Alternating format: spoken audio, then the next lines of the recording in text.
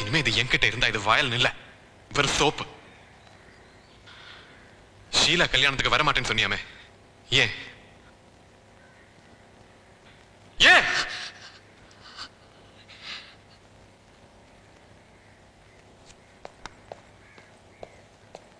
நான் வருவேன் தானே? அன்னைக்கு நீ சொன்னதுக்கு அப்புறம் உன்னை எந்த வகையில அதை டிஸ்டர்ப் பண்ணனா? உன்னை மறுபடியும் பார்த்தா கூட அது உன்னை வேதனைப்படுத்தும்னு உன்னை விட்டு விலகினவனா? கடைசியில என்ன ஒரு பொறுக்கி மாதிரி நினைக்க வச்சுட்டியே. எனக்கு பயந்து கல்யாணத்துக்கு வரலன்னு சொல்றது போய். நீ உன்னை பார்த்து தான் பயப்படுற, ஆனா பயப்படாத மாதிரி நடிக்கிற பாரு, அதான் பிரச்சனையே. உங்ககிட்ட எல்லாரும் அன்பா தான் இருக்காங்க, உனக்கு தான் புரிஞ்சுக்க தெரியல. வாழ பிடிக்காம தற்கொலை பண்ணி எத்தனையோ பேர் செத்துறாங்க, ஆனா வாழ்க்கையை கொண்டுட்டு வாழறவ நீ ஒருத்தி தான்.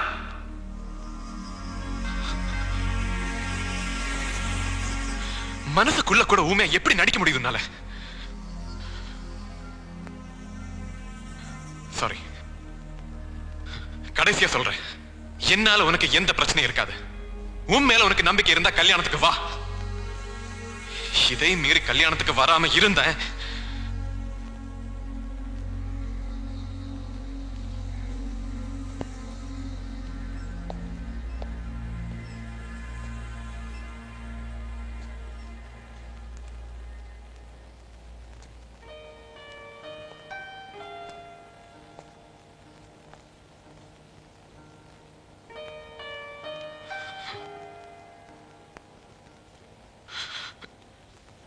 வாழணுங்கிற தவிப்போம் கண்ணுல தெரியுது. ஏன் மறைக்கிற? வாழ்ந்துதா பாருண்டி, நிச்சயம் தோக்க மாட்டேன். உன் பயம் என்ன ஆச்சுன்னா, உனக்கு ஒரு குழந்தை பிறந்து அது உன்ன மாதிரி இருந்துட்டா அதானே? ஒரு வேளை அப்படி நடந்தா உன் அப்பா மாதிரி நான் ஓடிட மாட்டேன். என் குழந்தைய உயிரா வளர்ப்பேன். வாழ்க்கையில சில விஷயங்களை கேள்வி கேட்காம நம்பித்தான் ஆகணும். நீ எடுத்த முடிவு தப்புன்னு புரியும் போது அதை திருத்திக்கிற வாய்ப்பு கிடைக்காமலே போயிடலாம். இசையை எந்த அளவுக்கு நான் நேசிச்சேனோ அந்த அளவுக்கு மௌனத்தை நேசிச்சேன். ஆனா நீ தாண்டி என்னை அழ வச்சுட்ட.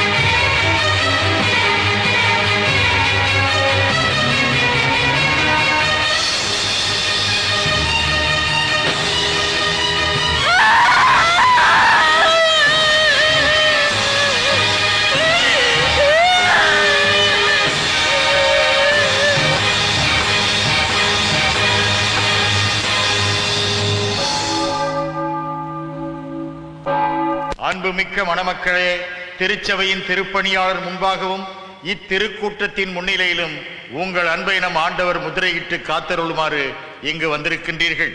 உங்கள் அன்பை கிறிஸ்து நிறைவாக ஆசீர்வதிக்கிறார். ஏற்கனவே அவர் உங்களை புனித ஞானஸ்தானத்தால் அர்ச்சித்துள்ளார்.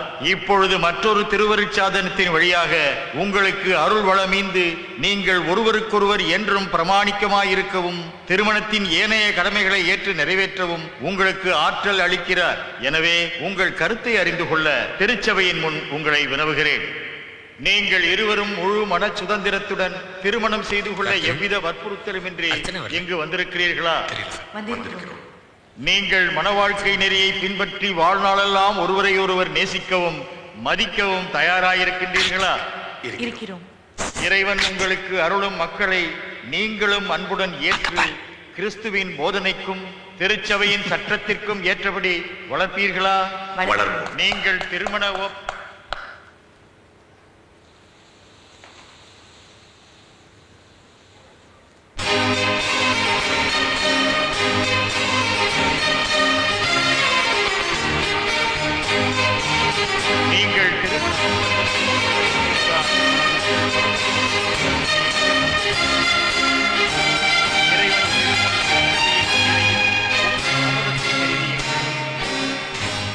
விஜயகுமார் என்னும் நான் ஆஞ்சலின் ஷீலா என்னும் உன்னை என் மனைவியாக ஏற்றுக்கொள்கிறேன். இன்பத்திலும் துன்பத்திலும் உடல் நலத்திலும் நோயிலும் நான் உனக்கு பிரமாணிக்கமாயிருந்து வாழ்நாளெல்லாம் உன்னை நேசிக்கவும் மதிக்கவும் வாக்களிக்கிறேன். ஆஞ்சலின் ஷீலா என்னும் நான் விஜயகுமார் என்னும் உங்களை என் கணவராக ஏற்றுக்கொள்கிறேன். இன்பத்திலும் உடல் நலத்திலும் நோயிலும் நான் உங்களுக்கு பிரமாணிக்கமாயிருந்து என் வாழ்நாளெல்லாம் மதிக்கவும் வாக்களிக்கிறேன்.